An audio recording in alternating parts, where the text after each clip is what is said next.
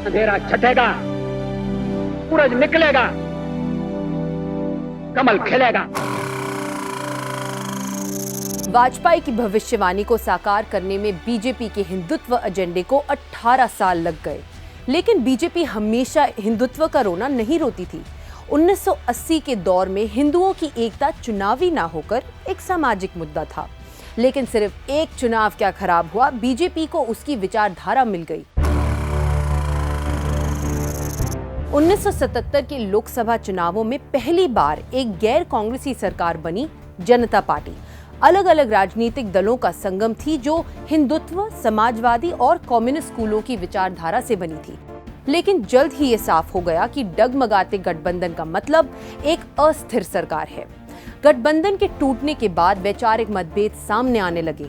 एक मजबूत पार्टी बनाने के लिए सरकार के समाजवादी नेताओं ने अपनी पार्टी के लोगों से दोहरी सदस्यता छोड़ने को कहा। वो चाहते थे कि जनसंघ के नेता आरएसएस छोड़े।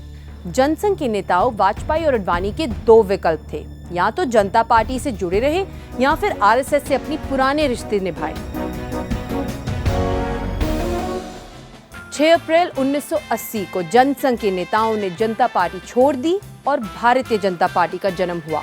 देश की राजनीति को अगर नैतिक मूल्यों पर चलाने का संकल्प किसी ने किया है और जो लोग उस संकल्प को कार्य में परिणत करने की शक्ति रखते हैं, वो भारतीय जनता पार्टी के मंच पर इकट्ठा हो गए। उसी साल दिसंबर में पार्टी ने मुंबई के बांद्रा में एक सम्मेलन किया।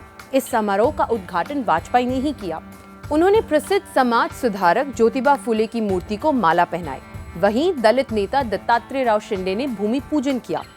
प्रतीकों की ये राजनीति किसी से भी छिपी नहीं थी। आरएसएस और जनसंघ के कुछ बड़े नेताओं की मदद से नई पार्टी बीजेपी को सरकार में रहने का अनुभव तो था ही, फिर भी उन्होंने स्वयं शासन, शक्ति का विकेंद्रीकरण और राजनीति नहीं, लोकनीति का एक गांधीवादी समाजवादी विचारधारा को अपनाने का फैसला किया। माना जाता था कि वाजपेयी पिछड़ी जाति के वोटरों के अलग होने से डरते थे और इसीलिए आरएसएस की हिंदुत्व की विचारधारा को तुरंत नहीं अपनाया।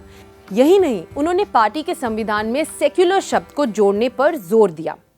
लेकिन 1984 के चुनावों में बीजेपी को सिर्फ 2 लोकसभा सीटें मिली। एक और दिक्कत की बात यह थी कि ग्वालियर सीट से पार्टी अध्यक्ष वाजपेयी माधवराव सिंधिया से 2 लाख वोटों के बड़े अंतर से हार गए। इस अपमानजनक हार ने सब कुछ बदल दिया। हालांकि उदारवादी वाजपेयी पार्टी का चेहरा बने रहे, वहीं लाल कृष्ण आडवाणी बीजेपी और हिंदुत्व एजेंडे के पोस्टर बॉय बन गए। दोनों ने मिलकर रथ यात्रा शुरू की जो देश और बीजेपी की चुनावी किस्मत को बदलने वाली थी।